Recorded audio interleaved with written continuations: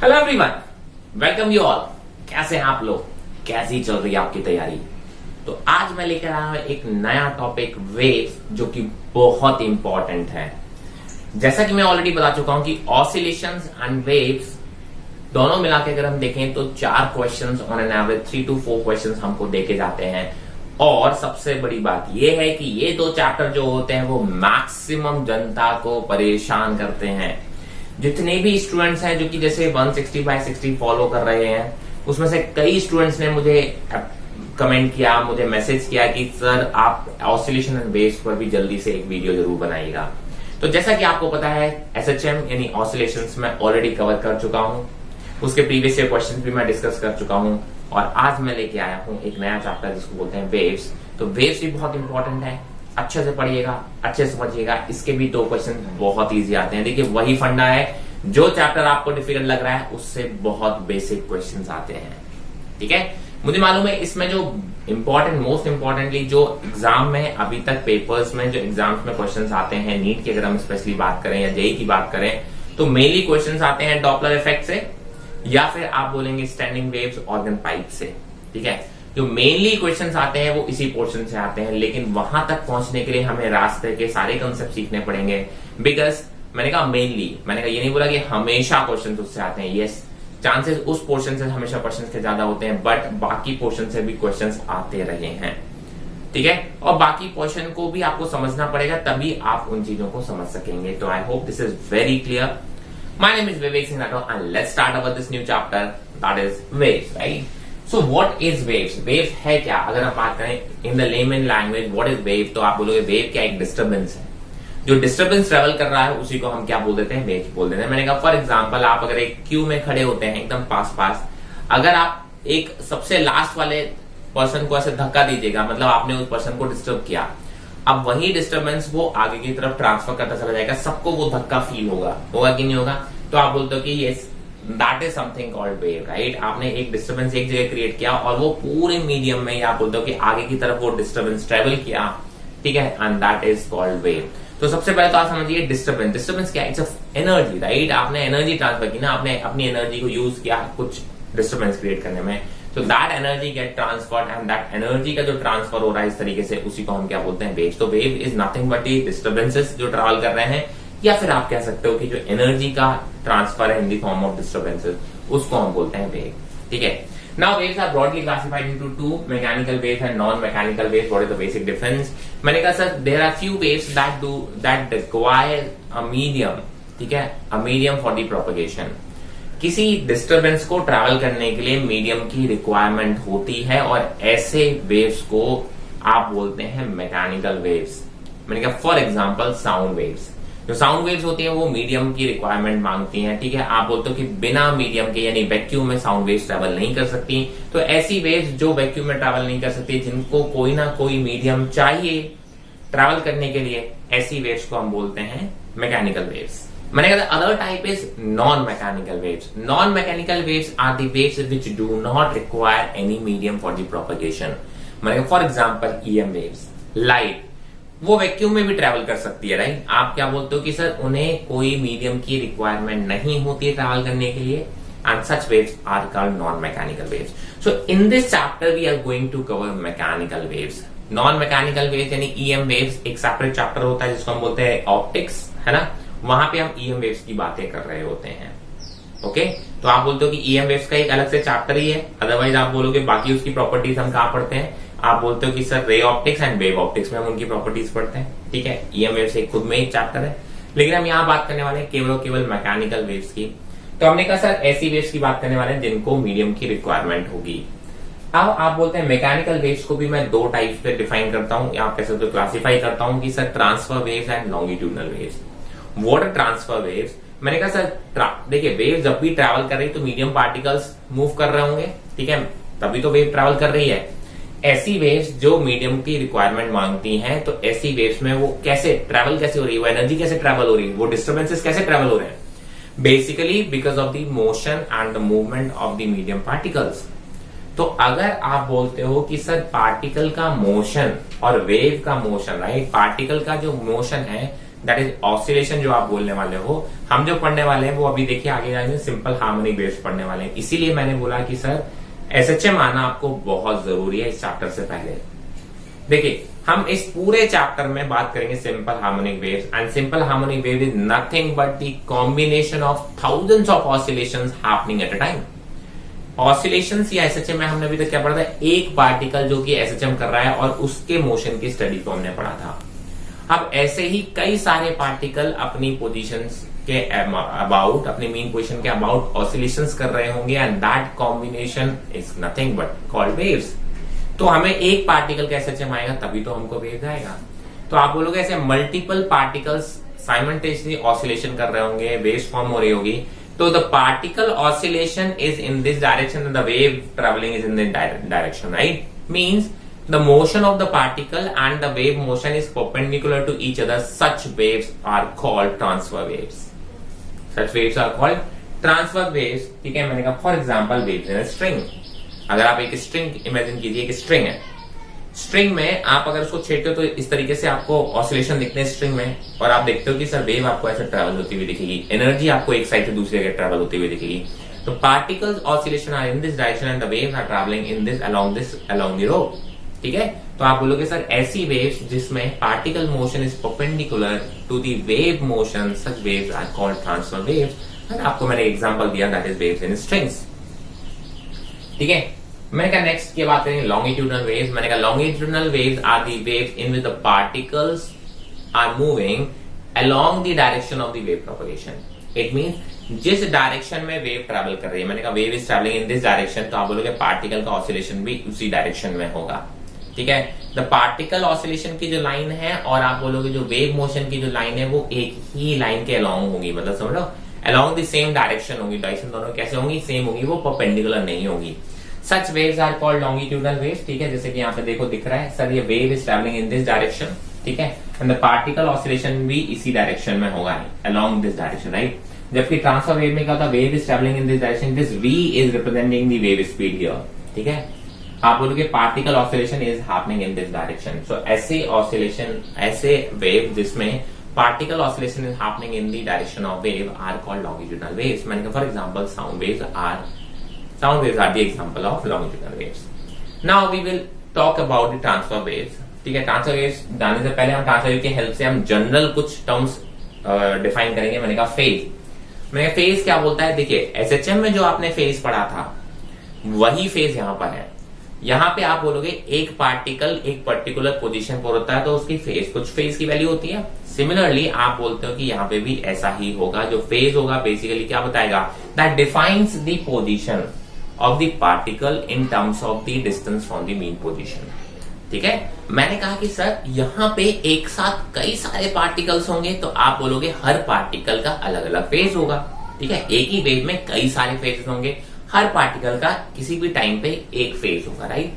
मैंने कहा sir same phase और फेज डिफरेंस अगर 2 and पाई है, इसका मतलब क्या है, when the two particles are said to be in same phase या फिर उनके बीच का difference even multiples of pi है, तो आप बोलोगे वो क्या बोलेंगे, उनको आप बोलते हो कि सेम फेज के पार्टिकल हैं। इसका मतलब वो पार्टिकल अपनी मेन पोजीशन से सेम डिस्टेंस पर होंगे और उनकी डायरेक्शन ऑफ मोशन भी सेम होगी। मैंने कहा फॉर एग्जांपल देखिए, इसमें पार्टिकल 1 जो है वो ऑसिलेट कर रहा है इस डायरेक्शन में,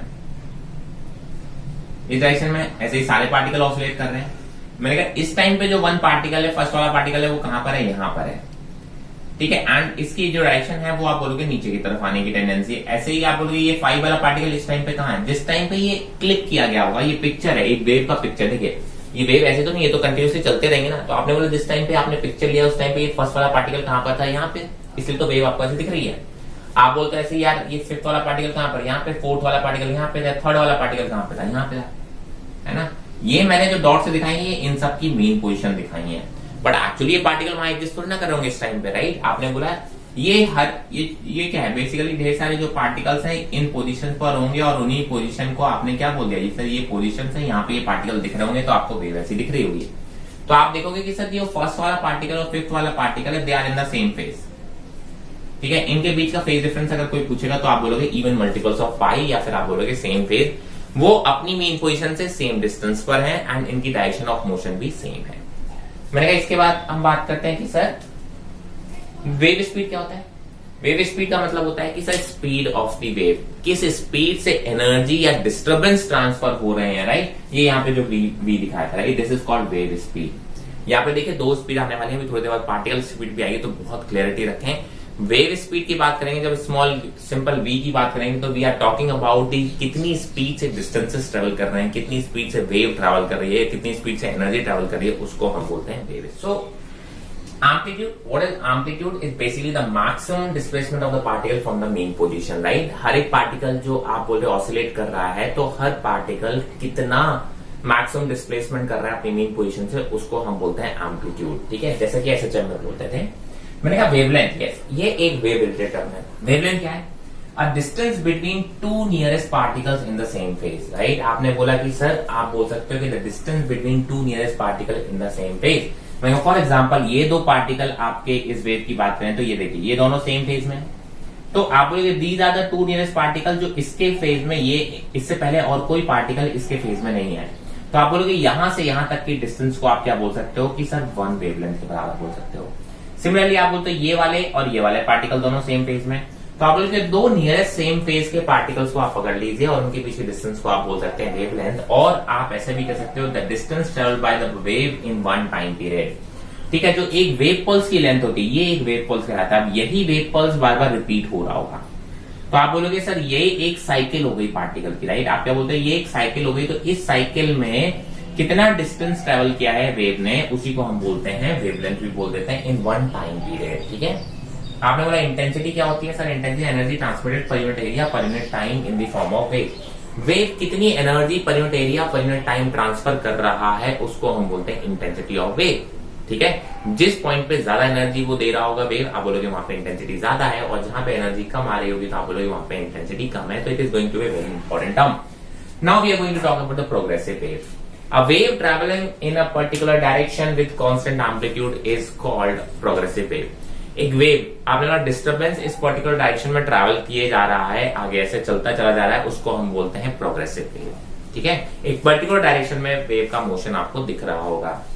हमने बोला सर सिंपल हार्मोनिक वेव क्या होती है, मैंने कहा सर सिंपल हार्मोनिक वेव मतलब सिंपल सी बात है, ऐसी वेव, हम एक तो बात कर रहे हैं कि सर ऐसी वेव जिसमें पार्टिकल जो ऑसिलेशन कर रहे हैं वो कैसे कर रहे हैं, एसएचएम में कर रहे हैं, ठीक है। देखिए ऑसिलेशंस कई टाइप के हो सकते हैं। सिमिलरली आपने बोला ऑसिलेशन का एक स्पेशल टाइप है एसएचएम। तो कोई भी वेव जब ट्रैवल कर रही होगी तो उसमें पार्टिकल्स ऑसिलेट कर रहे होंगे, तो आपने बोला ऐसी वेव की बात कर रहे हैं जिसमें पार्टिकल जो ऑसिलेट कर रहे हैं वो हर पार्टिकल एसएचएम कर रहा है, और ऐसी वेव्स को हम बोलते हैं सिंपल हार्मोनिक वेव, ठीक है। हमें सिंपल हार्मोनिक वेव ही पढ़ना है, इसका मतलब हमें एसएचएम बहुत अच्छे से आना चाहिए। मैं इसलिए बोल रहा हूँ कि आप एसएचएम जरूर रिवाइज कर लीजिएगा, एसएचएम जरूर क्लियर कर लीजिएगा, तभी वेव समझ में आएगा, अदरवाइज वेव आपको समझ में नहीं आएगा, ठीक है। मैंने कहा सर ये एक वेव मैंने ऐसे पिक्चर खींचा हुआ है, this wave is travelling in the positive x direction, देखिए, ठीक है। ये वाई एक्सिस में पार्टिकल्स इसके ऑसिलेट कर रहे हैं।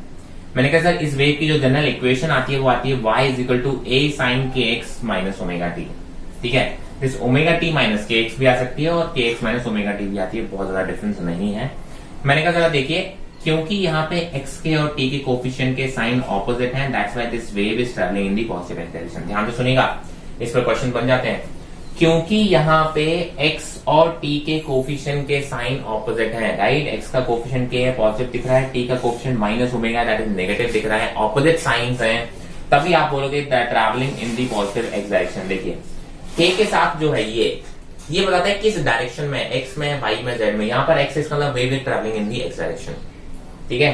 आप बोले अगर यहाँ y होता तो आप बोलते wave is travelling in the y direction, और अगर यहाँ z होता तो आप बोलते wave is travelling in the z direction. पहली चीज, अब वो पॉजिटिव z है या नेगेटिव z है वो कौन बताता है? सर अगर x और t के कोफिशिएंट सेम साइन के हैं तो आप बोलोगे नेगेटिव x डायरेक्शन में होगा, और अगर x और t के साइन ऑपोजिट डायरेक्शन के, ऑपोजिट साइन के हैं तो आप बोलोगे in the positive x direction होगा travelling, right. This y is showing that कि in which direction the particle is moving. तो particle is moving in this direction, oscillating in the y direction, the wave is travelling in the x direction, that's why it is called transfer wave, because the particle motion and the wave motion are perpendicular to each other, ठीक है।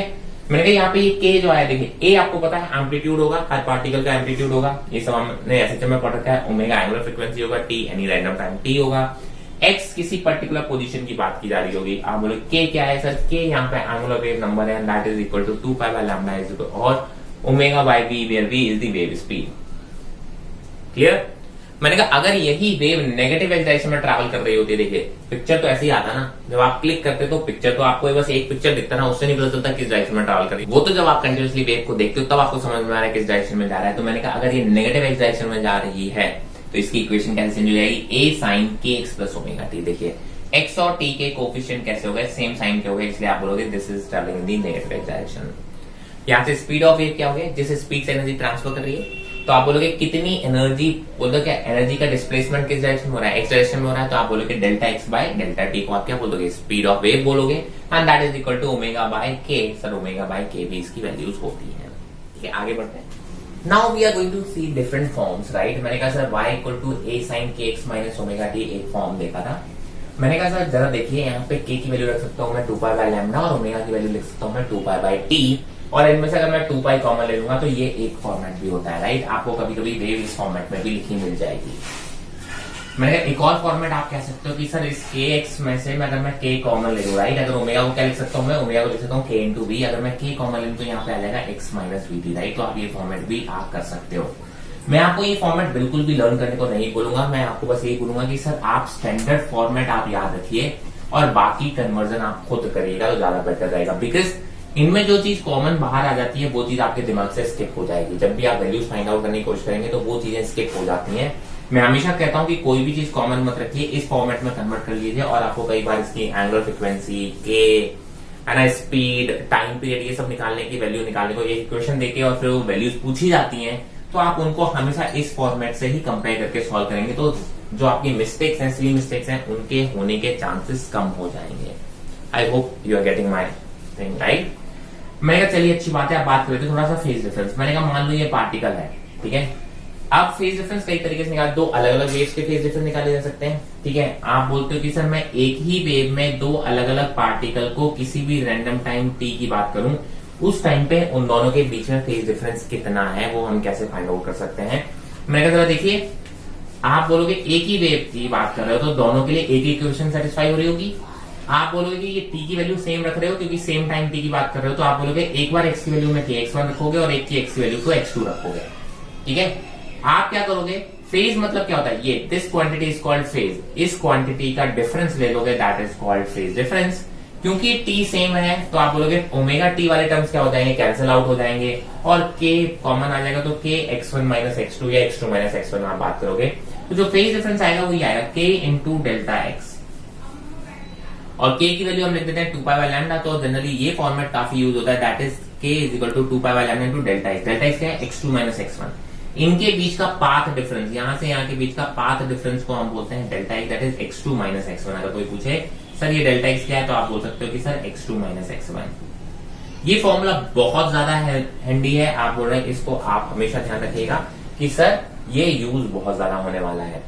मैंने कहा अगर मान लो दो point के बीच का phase difference जो है, पाथ डिफरेंस है, वो n लैम्डा है, मतलब लैम्डा के मल्टीपल्स में इनके बीच की डिस्टेंस है, तो आपको पता है कि सर अगर दो पार्टिकल हैं उनके बीच की डिस्टेंस अगर लैम्डा के बराबर है तो मतलब they are in same phase. और आप बोलते हो कि ऐसे ही अगर आपने बोला 2 लैम्डा की बात कर लोगे तो आप बोलोगे उनके बीच का जो फेज डिफरेंस होगा वो कैसा होगा, 2n पाई होगा, इवन मल्टीपल्स ऑफ पाई होगा। तो ये चीज यहाँ पे क्लियर है कि delta X is equal to अगर n लैम्डा है मतलब लैम्डा के मल्टीपल्स में है, तो आप बोलोगे डेल्टा फाई क्या होगा, 2n पाई होगा, फिर n की वैल्यू क्या हो सकती है, 0 1 2 3 n कुछ भी हो सकती है, राइट। मैंने कहा इसी तरीके से अगर मैं डेल्टा एक्स की बात करूं, अगर delta x odd multiples of lambda by 2 है, क्या है, odd multiples of lambda by 2 है, ठीक है। आप बोलोगे अगर वो odd multiples of lambda by 2 है तो आप बोलोगे सर उनके बीच का जो फेज डिफरेंस है वो भी आप क्या होगा, odd multiples of pi by 2 होगा, मतलब वो आउट ऑफ फेज कहलाते हैं, ठीक है। तो ये कुछ स्पेशल केस है, ये आपको मैंने बता दिया, आगे यूज होने वाले हैं, ठीक है। मैंने आगे वापस से हम बोलते हैं सर हमारी जो एक इक्वेशन हमने देखी थी कि सर क्या थी वेव की equation, y is equal to a sin kx minus omega t, ठीक है। तो मैंने कहा sir vp is equal to क्या होता है, वेलोसिटी ऑफ पार्टिकल। तो वेलोसिटी ऑफ पार्टिकल क्या होगा कि जिस रेट से वो अपना डिस्प्लेसमेंट कर रहे हैं बाई डायरेक्शन में, उसी को हम बोलेंगे velocity of particle, that is dv by dt। तो अगर हम dv by dt निकालेंगे, यहाँ से सॉल्व करेंगे dv by dt, तो आप लोगे minus a omega cos kx minus omega t, ठीक है। सिमिलरली अगर मैं y को x के रिस्पेक्ट में डिफरेंशिएट करूंगा तो आप लोगे dy by dx is equal to what, ak cos kx minus omega t, ak cos kx minus omega t। और आप यहां से आपस में रिलेशन निकालोगे तो सर ये रिलेशन आएगा, this is going to very important and will be used. ठीक है, आप बोलोगे velocity of particle is equal to minus of v into dv by dx। This dv by dx is going to be the slope of the wave, जो wave pulse है उसका slope है ना, ये वेव पल्स है ना, ये y और x में अगर ड्रॉ कर रहे हो तो आप बोलोगे क्या होगा, किसी भी पॉइंट पे वेव का जो स्लोप होगा वो dv बाई dx होने वाला है। ठीक है, तो इसको भी हम यूज करेंगे, किस तरीके से हम यूज करने वाले हैं, इसलिए ये फॉर्मूला बहुत इंपॉर्टेंट है, vp is equal to minus v into dv by dx। मैंने कहा सर अगर इन टर्म्स को एक एक बार और डिफरेंशिएट कर दिया तो कुछ ऐसी टर्म्स आ जाएंगी। ठीक है, और मैंने इसको थोड़ा डिवाइड और अरेंज किया तो देखिए क्या आएगा, ये रिलेशन आएगा d2y by dx square is equal to 1 by v square into d2y by dt square. ये आपकी जनरल इक्वेशन है वेव की, this is general equation of progressive wave. मतलब अगर आपको कोई भी इक्वेशन दे रखी है, तो उसको x के रिस्पेक्ट में 2 बार डिफरेंशिएट कीजिए, y के रिस्पेक्ट में 2 बार डिफरेंशिएट कीजिए। ठीक है, और उसकी स्पीड और इनके बीच में अगर ये रिलेशन सेटिस्फाई हो रहा है तो आप बोलोगे sir that equation is basically represented a progressive wave, otherwise that equation is not representing any progressive wave, right. तो आप ये एक डबल ऑर्डर डिफरेंशियल इक्वेशन है जो कि हमारे स्कोप से बाहर है। आप बोलते हो हमें इतनी मैथ्स नहीं आती कि हम इनको सॉल्व कैसे करें, तो मैंने कहा सर इनका एक जनरल बता देता हूं। इनके जो सॉल्यूशन आते हैं वो कुछ इस फॉर्मेट में होते हैं, y equal to ax plus minus bt। a constant हो सकता है, b एक कांस्टेंट होता है, और ax प्लस माइनस bt के फॉर्म में होंगे, ये ध्यान रखेंगे। मैंने कहा फॉर एग्जांपल ये देखो a sin kx minus omega t, तो क्या होगा ax प्लस माइनस bt के फॉर्म में है ये। यस, आप बोलोगे इस टाइप की जो इक्वेशन उनके सॉल्यूशन इस फॉर्मेट में आते हैं, तो आप तो ये बोलो आपके लेवल पे कोई भी y का फंक्शन आपको इस फॉर्मेट में दे दिया गया हो, कोई भी आपके पास वेव का फंक्शन इस फॉर्मेट में दे दिया गया, तो आप बोलोगे that will represent a wave for you. And अगर उस फंक्शन को देख के अगर आपको क्या निकालनी है, स्पीड ऑफ वेव निकालनी है या वेलोसिटी ऑफ वेव निकालनी है, so that will be equal to minus of coefficient of t upon coefficient of x। यहाँ पे t के कोफिशिएंट को प्रॉपर साइन के साथ रखिएगा, अपॉन कोफिशिएंट ऑफ x को प्रॉपर साइन के साथ रखिएगा, और ये माइनस साइन इस फॉर्मूले में, तो आप वहां से स्पीड ऑफ या वेलोसिटी ऑफ वेव निकाल सकते हैं। तभी अगर आपको याद हो रहा होगा, देखो मैंने आपको क्या बोलता है, this kind of equation is representing a wave travelling in the positive x direction because t और x के कोफिशिएंट कैसे हैं, ऑपोजिट हैं।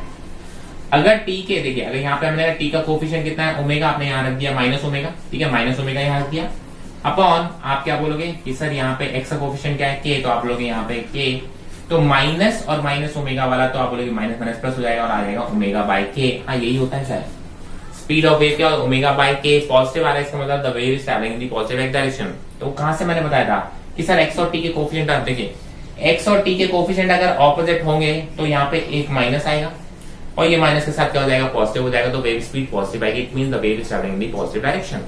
अगर यहाँ पे दोनों के कोफिशिएंट सेम आ गए, नेगेटिव नेगेटिव आ गए या पॉजिटिव पॉजिटिव आ गए, तो वो एक दूसरे को क्या कर देंगे, पॉजिटिव कर देंगे। आप बोलोगे ये माइनस यहाँ पे रह जाएगा, तो आप बोलोगे जो वेलोसिटी आ रही है वो नेगेटिव डायरेक्शन में आएगी। ठीक है, तभी हम बोलते हैं कि the wave is travelling in the negative x direction. ठीक है, हम देखते हैं, देखिए इसका यूज हम कैसे करते हैं उसको हम देखते हैं। Now we are going to discuss that formula that we have already seen, right, vp is equal to minus v dy by dx और vp equal to minus v into slope of wave. vp is the velocity of the particle, v is the velocity of wave, minus sign है और slope of wave. मैं इसको देखो कैसे utilise करते हैं, बहुत अच्छे समझिएगा, बहुत इंपॉर्टेंट सा टॉपिक है। सरप्राइजिंगली अभी तक कोई क्वेश्चन नहीं पूछा गया है, लेकिन कभी भी क्वेश्चन पूछा जा सकता है मेरे हिसाब से। मैंने कहा जरा देखिए ये पार्टिकल, राइट, आपने बोला ये पार्टिकल यहाँ पर है, ऐसे एक पार्टिकल यहाँ होगा, ये वाला पार्टिकल कहाँ पहुंच गया होगा, यहाँ पहुंच गया होगा, ऐसे एक पार्टिकल यहाँ पहुंचा है, एक पार्टिकल यहाँ पहुंचा है, एक पार्टिकल यहाँ। मैं इनके नाम देता हूँ 1 2 3 4 5। This wave is travelling in this positive direction. मैं अगर कोई पूछूं कि सर बताओ 1 2 3 की इस टाइम पे किस डायरेक्शन में मोशन कर रहा है या वेलोसिटी की डायरेक्शन किस डायरेक्शन में है, तो आपसे अगर पूछेंगे तो मैक्सिमम टाइम आप लोग गलत ही बताते हैं। मैं बता रहा हूँ, आप जो सोचते हो आपको क्या लगता है the wave is travelling in this direction, तो आपको क्या लगता है सर ये 2 इधर की तरफ जा रहा है, 3 इधर की तरफ जा रहा है, 4 इधर की तरफ जा रहा है, 5 इधर की तरफ, राइट। तो ये आप हमेशा गलत सोचते हो, है ना, गलत आपके मैक्सिमम टाइम आता है। मैं आपको देखो इसमें दो चीजों से बताऊंगा, एक तो इस फॉर्मूले की हेल्प से। सबसे पहले देखिए कि सर ये पार्टिकल का मोशन इस डायरेक्शन में हो रहा है, तो या तो पॉजिटिव बाई डायरेक्शन में होगा इसका आंसर, या नेगेटिव बाई डायरेक्शन में होगा, एक चीज। दूसरा मैंने कहा देखो इसके लिए बात करें, वेव वेलोसिटी किधर है, पॉजिटिव, मतलब वेव वेलोसिटी है पॉजिटिव। मैंने कहा पार्टिकल की वेलोसिटी कैसे बताओगे, माइनस इंटू स्लोप। तो आप बोलोगे सर यहाँ पे देखिए इस पॉइंट पे स्लोप देखिए, इस पॉइंट पे चढ़ाई है, स्लोप कैसा है, पॉजिटिव, इस पॉइंट पे स्लोप कैसा है, पॉजिटिव, और ये माइनस साइन अकेला बचा हुआ है, v तो पॉजिटिव है ही, आप बोलोगे स्लोप भी पॉजिटिव है, तो आप बोलोगे सर इस टाइम पे जो vp आएगा वो नेगेटिव आएगा, मतलब नेगेटिव डायरेक्शन में आएगा, नीचे की तरफ आएगा। सिमिलरली आप बोलोगे 2 पे भी स्लोप पॉजिटिव है, 2 पे भी चढ़ाई है, तो आप बोलोगे इसकी भी वेलोसिटी नीचे की तरफ आएगी। थर्ड वाले पार्टिकल पे देखो, आप बोलोगे ढलान है, ढलान है मतलब स्लोप कैसा है, नेगेटिव है, स्लोप नेगेटिव है, ये नेगेटिव मिला के क्या कर देगा पॉजिटिव, मतलब इस डायरेक्शन में आप बोलोगे वेलोसिटी डायरेक्शन ऊपर आएगी। सेम यहाँ पे ढलान है, आप बोलोगे सर सेम वेलोसिटी यहाँ आएगी। और यहाँ पे देखिए चढ़ाई आ गई, चढ़ाई वाले रीजन में ऑलरेडी हम निकाल चुके हैं सर, चढ़ाई की वजह से ये पॉजिटिव, ये minus sign will make it negative. तो आप बोल दीजिए इसको यूज करके आप इनके पार्टिकल्स की किसी भी इंस्टेंट पे वेलोसिटी की डायरेक्शन बता सकते हैं कि किस डायरेक्शन में होगी। ठीक है, मैंने कहा सिमिलरली अगर आप बोल दोगे वेलोसिटी इस डायरेक्शन में, मतलब v कैसा हो गया नेगेटिव, v नेगेटिव हो गया तो आप बोलोगे ये नेगेटिव और v नेगेटिव मिला के हो जाएगा पॉजिटिव। तो अब स्लोप जैसा होगा वैसा ही आप इसकी वेलोसिटी होगी उस पॉइंट पे। मैं कहा देखिए इस पॉइंट पे स्लोप चढ़ाई है, स्लोप निकालने का तरीका चढ़ाई है, मैंने देखो बहुत बार बताया कि स्लोप कैसे निकाला जाता है, ये चढ़ाई है, चढ़ाई है मतलब स्लोप पॉजिटिव है, इसका मतलब इस पॉइंट पे जो वेलोसिटी होगी वो किधर की तरफ होगी सर, ऊपर की तरफ होगी। देखिए इस केस में मैंने कहा नेगेटिव v और माइनस साइन मिलाकर क्या हो जाएगा पॉजिटिव, तो जो स्लोप को वेव की डायरेक्शन आएगी नेगेटिव आएगा तो नेगेटिव हो जाएगा, और अगर पॉजिटिव आएगा तो पॉजिटिव। मैंने कहा यहाँ स्लोप पॉजिटिव है तो आप बोलोगे वेलोसिटी की डायरेक्शन भी पॉजिटिव है। सिमिलरली मैंने इस वाले पार्टिकल की बात करूं, यहाँ पे भी स्लोप पॉजिटिव तो वेलोसिटी की डायरेक्शन भी पॉजिटिव है। मैंने यहाँ पे हम बात करेंगे, अगर यहाँ पे आप बोलते हो कि सर स्लोप ढलान आ गया, ढलान आ गया, ढलान आ गया मतलब स्लोप नेगेटिव है तो आप बोलोगे वेलोसिटी की डायरेक्शन भी नेगेटिव आएगी। मैंने कहा यहाँ पे देखिए स्लोप नेगेटिव था तो आप बोलोगे वेलोसिटी भी नेगेटिव। सर इस पॉइंट पे भी स्लोप कैसा है नेगेटिव है तो आप बोलोगे सर इस टाइम पे भी वेलोसिटी डायरेक्शन नेगेटिव आएगी। इस पॉइंट की बात करें, इस टाइम पे स्लोप कैसा है पॉजिटिव है, ढलान चढ़ाई है ऊपर तो आप बोलोगे सर। तो ये तो मैंने कहा सर मैंने इस फॉर्मेट को यूज करके सर आपकी वेलोसिटी ऑफ पार्टिकल की डायरेक्शन बता दी। मैं कहा मैं दूसरा तरीका बताता हूँ जिसमें आपको ये भी यूज करने की जरूरत नहीं पड़ेगी, बहुत ही सिंपल सा है। मैं कहा जरा देखो, जब भी वेव ट्रैवल कर रही होती है वो अपने पुराने पीछे वाले पार्टिकल, देखो डिस्टर्बेंस कहीं से आ रहा है, मैंने कहा पीछे से डिस्टर्बेंस आ रहा है ना, आपको डिस्टर्बेंस जहां से आ रहा है आप वही तो करो। मैंने कहा अगर किसी ने मुझे धक्का दिया तो अभी उसने धक्का वो गिरा, थोड़ी देर बाद मैं गिरूंगा, थोड़ी देर बाद वो मेरे आगे वाला गिरेगा। तो मतलब मैं हमेशा अपने पीछे वाले पार्टिकल को फॉलो कर रहा हूं, जो इस वक्त पीछे वाला पार्टिकल कर रहा होगा वही अब थोड़ी देर बाद मैं करूंगा। तो कहने का मतलब क्या है कि सर जो पोजीशन पे पार्टिकल अभी पीछे वाला है मैं अब उस पोजीशन को अचीव करने की कोशिश कर रहा हूँ। देखिए अगर इस पार्टिकल की बात करें, इससे जस्ट पीछे वाला इसके नीचे होगा, अगर वेव को थोड़ा आगे ऐसे देखे तो ये नीचे की तरफ होगा, तो मैं इसको नीचे की तरफ पहुंचने वाला हूं। इससे जस्ट पहले वाला पार्टिकल देखिए इससे नीचे है तो आप बोलोगे सर अब ये नीचे की तरफ जा रहा है। इस पार्टिकल से जस्ट पहले वाला पार्टिकल किधर है ऊपर। देखिए जब वेव ऐसे ट्रैवल कर रही है तो पीछे का मतलब क्या हुआ, मेरे से पीछे से आ रही है ना, तो आप बोलोगे सर थर्ड वाला पार्टिकल अपने पुराने वाले पार्टिकल की पोजीशन को अचीव करने की कोशिश कर रहा होगा। फोर्थ वाला पार्टिकल अपने जस्ट पहले, मतलब देखिए जस्ट पहले वाला पार्टिकल क्या है यहाँ है तो आप बोलोगे यहाँ जाने की कोशिश करोगा। फिफ्थ वाले पार्टिकल से जस्ट पहले वाला पार्टिकल यहाँ है तो आप बोलोगे फिफ्थ वाला उसकी पोजीशन को अचीव करने की कोशिश कर रहा होगा। तो इस तरीके से आप डायरेक्शंस फाइंड आउट कर सकते हैं। ठीक है, मैं क्या जरा यहाँ की बात कर लेते हैं, इसकी बात करेंगे। मैं इसमें देखिए अब वेव इधर से आ रही है तो आप बोलोगे सर पीछे वाला पार्टिकल इधर वाला कहलाएगा, क्योंकि सर डिस्टर्बेंसेस इधर से आ रहे हैं, है ना। तो मैंने कहा सर यहां से बात करो, इससे पीछे वाला पार्टिकल मतलब इससे ऊपर है तो ये इससे ऊपर जाने की कोशिश कर रहा होगा। इससे पीछे वाला पार्टिकल मतलब देखिए पीछे मतलब यहाँ ना, इससे पीछे वाला पार्टिकल नीचे है तो ये नीचे ही जाने की कोशिश कर रहा है। इससे पीछे वाला पार्टिकल इसके नीचे है तो ये नीचे ही जाने की कोशिश कर रहा है। इससे पीछे वाला पार्टिकल ये इससे ऊपर है तो ये ऊपर जाने की कोशिश कर रहा है, और इससे पीछे वाला पार्टिकल इससे भी ऊपर है तो ये ऊपर जाने की कोशिश कर रहा है।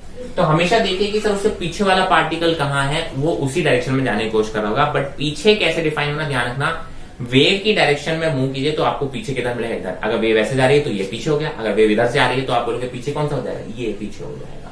ठीक है, तो इस तरीके से आप किसी भी पार्टिकल के आप मोशन की डायरेक्शन फाइंड आउट कर सकते हो। और मैं कहता हूं सर इस टाइप के क्वेश्चन करना बहुत आसान है और आएंगे, आज नहीं तो कल आने ही आने हैं। तो ठीक है, अभी तक नहीं पूछे गए हैं, डेफिनेटली आगे चांसेस बनते कि पूछे जरूर जाएंगे।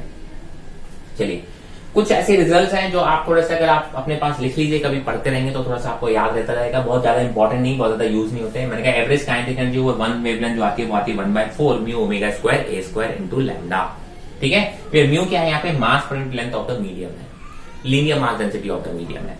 मैंने कहा यही एवरेज पोटेंशियल जो ओवर वन वेवलेंथ होती है। तो मैंने कहा टोटल एवरेज एनर्जी कितनी हो जाएगी, बोलोगे दोनों का sum, that is equal to half mu omega square A square lambda.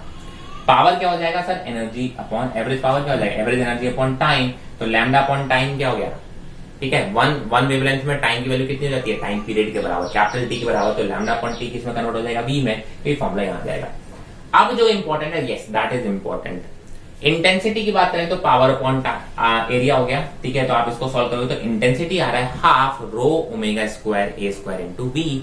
where rho is the density of the medium, omega square is the angular frequency, a is the amplitude of the wave and v is the speed of wave.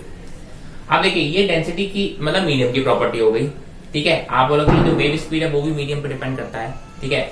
मैंने कहा sir अगर मैं दो अलग अलग sources के waves को compare करूंगा तो I is proportional to omega square A square. ध्यान रखिए, दो अलग अलग सोर्सेस से अगर आ रही वेव्स को कंपेयर करूंगा तो intensity is proportional to omega square A square.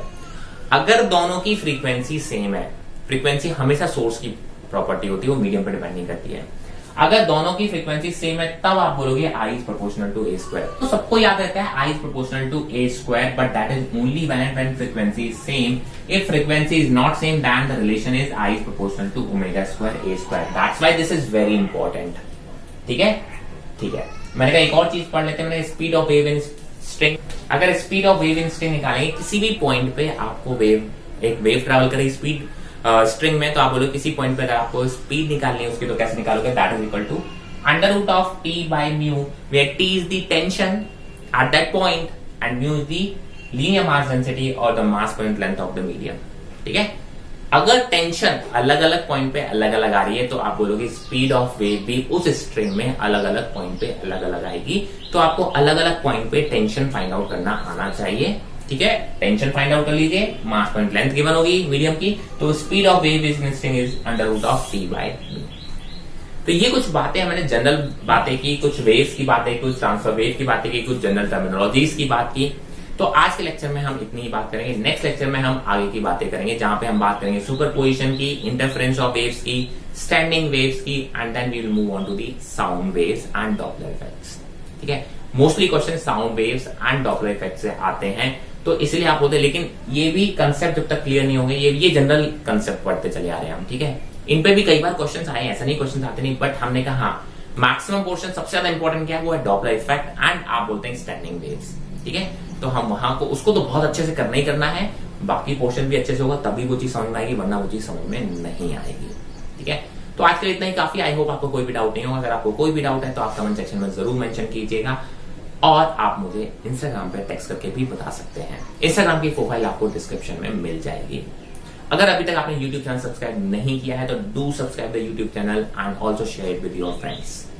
मैं कहता हूं अगर आपको डाउट है तो आप कमेंट तो करिए, अगर डाउट नहीं है तो भी आप कमेंट जरूर कीजिए मुझे। आप वीडियो में जब कमेंट आप करेंगे कि सर आपको ये जो लेक्चर है आपको कितना हेल्पफुल है, कितनी हेल्प कर रहा है, क्या आप अपने जो टारगेट है उसकी तरफ आप कह सकते हैं अपने जो एफर्ट्स हैं वो आपके उतने लग पा रहे हैं, उतने मोटिवेटेड हैं, क्या आपको लग रहा है कि यस सर आपके फिजिक्स में स्कोरिंग बढ़ रही है, आपने जितनी चीजें अभी तक कवर की है या जो चैप्टर्स आप कवर करते जा रहे हैं, क्या आपको लग रहा है कि यस आज जब मैं उनकी प्रैक्टिस कर रहा हूं तो मेरे से क्वेश्चन बन रहे हैं या नहीं बन रहे हैं। डेफिनेटली मैं चाहता हूं कि सर हर एक बच्चे का जो भी इसको फॉलो कर रहे हैं वो मुझे जरूर कमेंट करके बताएंगे।